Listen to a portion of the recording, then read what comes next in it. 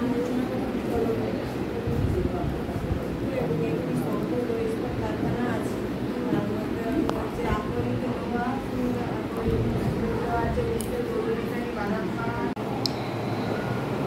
Students, আমি Dipanwita madam. আমার বংগ্রাফি চ্যানেলে নতুন আরেকটা ভিডিওতে তোমাদের সকলকে স্বাগত। আজকে আমি আলোচনা করব ক্লাস 10-এর কার্পাস বস্ত্রবয়ন শিল্প। কার্পাস বস্ত্রবয়ন শিল্প কি? কার্পাস বস্ত্রবয়ন শিল্প এটি কৃষিভিত্তিক শিল্প, যেখানে তুলা চাষ করে তুলো থেকে সুতা এবং সুতা থেকে বস্ত্র উৎপাদন করা হয়। তোমাদের প্রথমেই যে কথাটি মনে রাখতে হবে যে ভারতের একক বৃহত্তম শিল্প কিন্তু কার্পাস বস্ত্রবয়ন শিল্প। আরও একটি গুরুত্বপূর্ণ কথা সেটি হচ্ছে ভারতের মধ্যে প্রথম কার্পাস কল বা কাপড়ের কল কিন্তু স্থাপিত হয় পশ্চিমবঙ্গে, পশ্চিমবঙ্গের ঘুষুড়িতে 1818 সালে। তাহলে এই একক বৃহত্তম শিল্প কার্পাস বস্ত্রবয়ন শিল্প আমাদের পশ্চিমবঙ্গে প্রথম কাপড়ের কল স্থাপিত হয়। এই কার্পাস বস্ত্র উৎপাদনে ভারত কিন্তু পৃথিবীতে প্রথম এবং কার্পাস বস্ত্র রপ্তানিতে পৃথিবীতে দ্বিতীয়। দেশের যে শিল্প শ্রমিক অর্থাৎ যে পার্সেন্টেজ সংখ্যায় শ্রমিক শিল্পে নিযুক্ত, তার মধ্যে 20% কিন্তু এই কার্পাস বস্ত্রবয়ন শিল্পে নিযুক্ত। এবং দেশের যে মূলধন বিনিয়োগ তার 16% মূলধন বিনিয়োগ হয় কার্পাস বস্ত্রবয়ন শিল্পে। কার্পাস বস্ত্রবয়ন শিল্পের শ্রেণী বিভাগ। কার্পাস বস্ত্রবয়ন শিল্পকে মূলত দুটো ভাগে ভাগ করা যায়। একে হচ্ছে কার্পাস কল, যেখানে শক্তিচালিত বৃহদাকার যন্ত্র, প্রচুর মানুষজন নিয়ে একটা বিরাট সংগঠিত ক্ষেত্র গড়ে ওঠে, সেটা হচ্ছে কার্পাস কল। আর দ্বিতীয় হচ্ছে তাঁত। এটা কুটির শিল্প রূপে তাঁতির ঘরে, সেখানে ছোট ছোট কারখানাও হতে পারে, মানে ছোট ছোট কাপড়ের কলও হতে পারে, না হলে হাতে বোনাও হতে পারে। আমরা যদি একটুখানি আমাদের মেদিনীপুর থেকে কাছেই বাঁকুড়া জেলার বিষ্ণুপুরে যাই, সেখানে আমরা রেশম গুটি পোকা থেকে যে সুতো তৈরি হচ্ছে এবং সেই সুতো থেকে বস্ত্র তৈরি হচ্ছে, অসাধারণ কারুকাজ দেখতে পাবো। কিভাবে সুতোগুলো কি বলবো, একটা জায়গাতে হ্যাঙ্গারের মতো পরপর সুতো টাঙানো আছে, একটা একটা করে সুতো নামছে। তাঁত শাড়ি থেকে শুরু করে তো বিভিন্ন রকমের দামি দামি শাড়ি সেখানে তৈরি হয়, সেগুলো কিন্তু হাতে বোনা। এই প্রসঙ্গে একটা কথা না বললেই নয়, সেটা হচ্ছে বিষ্ণুপুরের বালুচরী শাড়ি। এই বালুচরী শাড়ির জন্য বিষ্ণুপুর বিখ্যাত। এবার আমরা কার্পাস বস্ত্রবয়ন শিল্পের কাঁচামালে আসবো। আমরা জানি কার্পাস একটি বিশুদ্ধ কাঁচামাল ভিত্তিক শিল্প। তার মানে কি, এর কাঁচামালের ওজন যতটা, অর্থাৎ তুলার ওজন যতটা, ততটাই বস্ত্র উৎপাদিত হয় এবং সেখান থেকে ঠিক ততটাই সুতো, তুলো থেকে ততটাই সুতো, সুতো থেকে ততটাই বস্ত্র উৎপাদিত হয়। কোনো রকম ওজনের হ্রাস ঘটে না বলে এটা বিশুদ্ধ কাঁচামাল ভিত্তিক শিল্প। এছাড়া একে তন্তুজ কাঁচামাল বলে। সুতি বস্ত্রবয়ন শিল্পের প্রধান কাঁচামাল এটা হচ্ছে কার্পাস, যেটা হচ্ছে তন্তু জাতীয় ফসল। তবে বর্তমানে কি হচ্ছে, এই যে কার্পাস, তার সাথে টেরিলিন মিশিয়ে টেরিকটন কাপড় তৈরি হচ্ছে, পশম মিশিয়ে কটসুলের কাপড় তৈরি হচ্ছে। এরকম বেশ কিছু মিক্সচার বস্ত্র উৎপাদিত হচ্ছে, যেগুলো সরাসরি তুলো থেকে নয়, তার মধ্যে বেশ কিছু কেমিক্যাল মেশানো হচ্ছে। যাই হোক, এরপরে আমরা আসবো রাসায়নিক কাঁচামালে। সুতো পরিষ্কার করতে, রং করতে কস্টিক সোডা লাগে, ব্লিচিং পাউডার লাগে, নানান রকম রং লাগে, মাড় লাগে। পরের পয়েন্ট আর কি লাগে না, পরিশ্রুত জল। এই যে উৎপাদিত সুতো এবং বস্ত্র, সেগুলো পরিষ্কার করা, তাতে রং করা, তাতে মাড় দেয়া, এর জন্য কিন্তু প্রচুর স্বচ্ছ জলের প্রয়োজন হয়। আমরা কার্পাস বস্ত্রবয়ন শিল্পের কথা বলতে গেলে প্রথম যে অঞ্চলটার কথা মনে পড়ে সেটা হচ্ছে ভারতের পশ্চিমাঞ্চল। পশ্চিমাঞ্চলে কার্পাস বস্ত্রবয়ন শিল্পের কেন্দ্রীভবনের কারণ। তাহলে ভারতের পুরো অঞ্চলটা জুড়ে কিন্তু কার্পাস বস্ত্রবয়ন কারখানা নেই, আছে কোথায় না পশ্চিমাঞ্চলে। তবে শুধুমাত্র পশ্চিমাঞ্চলে নয়, আমরা উত্তরাঞ্চল পূর্বাঞ্চলে দেখব, কিন্তু পশ্চিমাঞ্চলেই সবচেয়ে বেশি কেন্দ্রীভূত হয়েছে। এখানকার যে প্রধান বস্ত্র কেন্দ্রগুলো সেটা হচ্ছে মহারাষ্ট্রের মুম্বাই, নাগপুর, কোলাপুর, সোলাপুর, নাসিক, জলগাঁও, আকোলা, সাতারা, এগুলো গেল মহারাষ্ট্রে। গুজরাটের আছে আহমেদাবাদ, রাজকোট, ভদোদরা, পোরবন্দর, সুরাট, ভাবনগর, ব্রোচ, ভারুচ, কালোল। এই পশ্চিমাঞ্চলেই গড়ে ওঠার কারণ কি না, এখানে প্রথম হচ্ছে ঐতিহাসিক উদ্যোগ 1851 সালে বোম্বেতে এবং 1858 সালে আহমেদাবাদে বস্ত্রকল স্থাপিত হয়। এর অনেক আগে কিন্তু 1818 সালে পশ্চিমবঙ্গের ঘুষুড়িতে স্থাপিত হয়েছে। এরপর যখন স্বদেশী আন্দোলন হয় তখন এই শিল্পটা চরম বিকাশ দেখা যায়। স্বদেশী আন্দোলন কখন হয়? 1905 সালে বঙ্গভঙ্গের সময় যে স্বদেশী আন্দোলন হয়েছিল, বয়কট আন্দোলন হয়েছিল, তাতে বয়কট আন্দোলনের একটাই লক্ষ্য ছিল বিদেশি দ্রব্য বর্জন, আর স্বদেশী আন্দোলনের মূল লক্ষ্য ছিল স্বদেশী জিনিসের ব্যবহার। এবং সেই প্রসঙ্গে এই স্বদেশী সুতিবস্ত্রের চাহিদাও ব্যাপক বৃদ্ধি পায় এবং এই কার্পাস বস্ত্রবয়ন শিল্পেরও কিন্তু চরম বিকাশ ঘটে। আচ্ছা, এই পশ্চিমাঞ্চলের যে আমি মহারাষ্ট্রের জায়গাগুলো বললাম, গুজরাটের জায়গাগুলো বললাম, এই জায়গাগুলোর নাম অবশ্যই লিখবে। দিয়ে এবার কেন্দ্রীভূত হওয়ার কারণগুলো। প্রথমত কার্পাস, মহারাষ্ট্রের ডেকান ট্র্যাপ, গুজরাট সমভূমির রেগুর মাটি কার্পাস তুলা উৎপাদনের বিশেষ উপযোগী।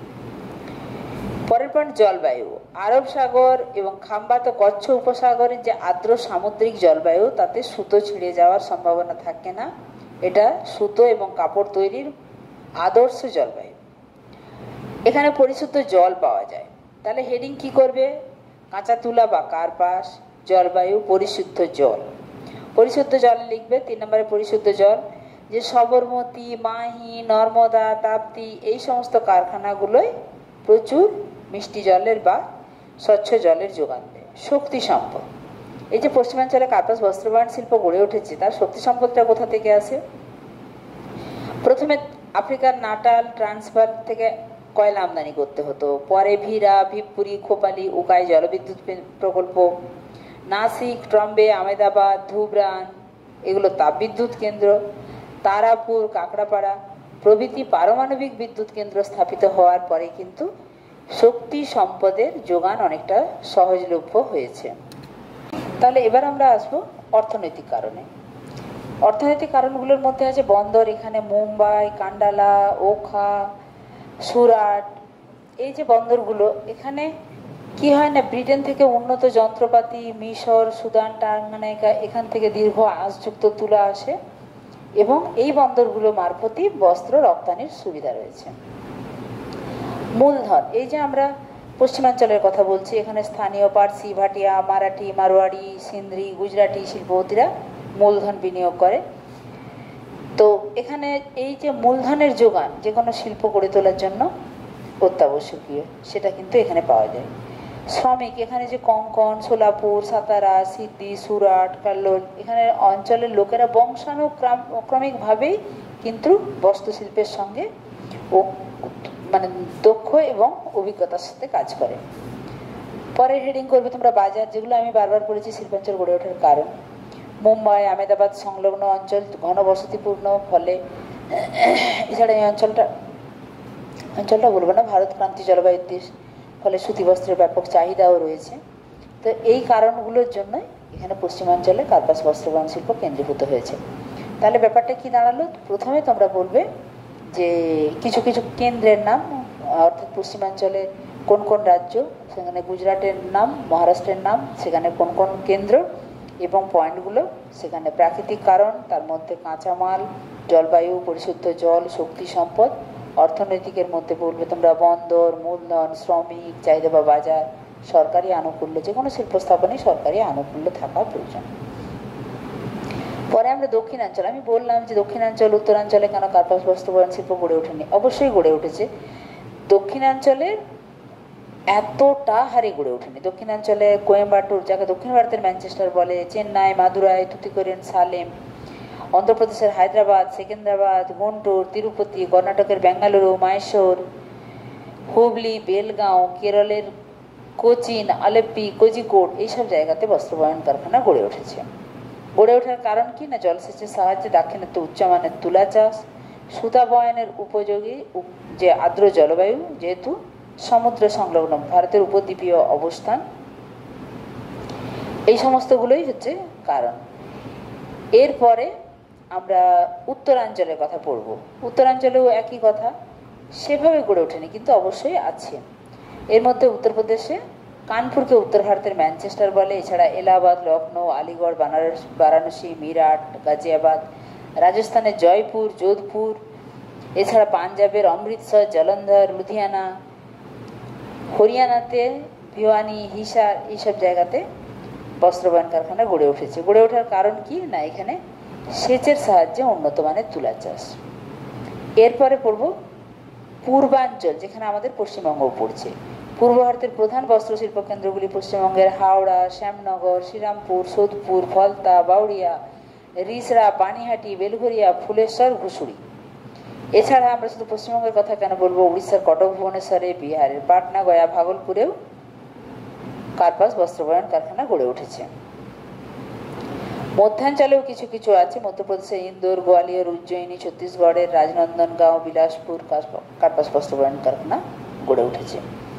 এখানে একটা কথা আগেও বলেছি, আবারও বলছি, তোমরা করবে, কার্পাস বস্ত্র বয়ন শিল্পকে কেন শিকড়ালগা শিল্প বলে। কারণ এটা বিশুদ্ধ কাঁচামাল ভিত্তিক শিল্প হওয়ায় শুধুমাত্র কাঁচামাল উৎপাদক কেন্দ্রের কাছে বা অন্য সুযোগ সুবিধা নয়, যেখানে চাহিদা রয়েছে সেখানেও, বা চাহিদা এবং কাঁচামালের যোগানের মধ্যবর্তী যে কোনো জায়গায় যেখানে আর বাকি সুবিধাগুলো অর্থাৎ আর্দ্র জলবায়ু, শ্রমিক ইত্যাদি রয়েছে, বা মূলধনের যোগান, পরিবহন ব্যবস্থা ভালো, সেখানেও গড়ে উঠতে পারে, যেখানে খুশি গড়ে উঠতে পারে বলে একে বিশুদ্ধ কাঁচামাল ভিত্তিক শিল্প বলে। এরপরে সম পরিবহন ব্যয়। তুলা উৎপাদক অঞ্চল থেকে শিল্পকেন্দ্রে কাঁচা তুলা ও তুলার পরিবহন ব্যয় এবং শিল্পকেন্দ্র থেকে বাজারে নিয়ে যাওয়ার জন্য তোমরা বুঝতেই পারছো, যেহেতু সমান ওজন, পরিবহন ব্যয় প্রায় সমান হয়। বিকেন্দ্রীভূতও একই কথা, অর্থাৎ কোনো একটা জায়গাতেই হবে এরকম কেন্দ্রীভূত না হয়ে কার্পাস বস্ত্র বয়ন শিল্প কিন্তু যেখানে খুশি গড়ে উঠতে পারে। এরপরে আমরা আরেকটু জেনে নেব আহমেদাবাদকে ভারতের ম্যানচেস্টার বলে কেন। এটা কিন্তু খুবই গুরুত্বপূর্ণ একটা প্রশ্ন। ইংল্যান্ডের পশ্চিম দিকে ল্যাঙ্কাশায়ার প্রদেশের গুরুত্বপূর্ণ শিল্পাঞ্চল হচ্ছে এই ম্যানচেস্টার। ম্যানচেস্টারে যেরকম কার্পাস বস্ত্র বয়ন শিল্প কারখানাগুলো গড়ে উঠেছে, সেরকম আমাদের গুজরাট রাজ্যের আহমেদাবাদেও গুরুত্বপূর্ণ একটি শিল্পাঞ্চল, যেখানে ওই যে আরব সাগরের তীরবর্তী কচ্ছ উপদ্বীপ, কচ্ছ ওখানটাতে হচ্ছে খাম্বাত বা কাম্বে উপসাগর। কাম্বে উপসাগরের নিকটবর্তী হওয়ার জন্য আর্দ্র জলবায়ু। আর একই রকমভাবে ম্যানচেস্টার ব্রিটেনের আইরিশ সাগরের তীরে অবস্থিত। এবারে একই রকমভাবে যেহেতু ব্রিটেনের ম্যানচেস্টার কার্পাস বস্ত্র বয়ন শিল্পে উন্নত বা কার্পাস বস্ত্র বয়ন শিল্পে সমৃদ্ধ, একই রকমভাবে আমাদের ভারতের আহমেদাবাদও কার্পাস বস্ত্র বয়ন শিল্পে সমৃদ্ধ হওয়ার জন্য ম্যানচেস্টারের সঙ্গে তুলনা করে আহমেদাবাদকে ভারতের ম্যানচেস্টার বলে। ঠিক আছে, এই ছিল কার্পাস বস্ত্র বয়ন শিল্প থেকে সমস্ত ধরনের কোশ্চেন। আশা করছি কোনো কিছু অসুবিধে হওয়ার নেই, তবে অসুবিধে হলে অবশ্যই তোমরা মেসেজ বক্সে মেসেজ করো। দেখা হচ্ছে পরের ভিডিওতে। ততক্ষণ সবাই সুস্থ থাকবে, ভালো থাকবে, টাটা।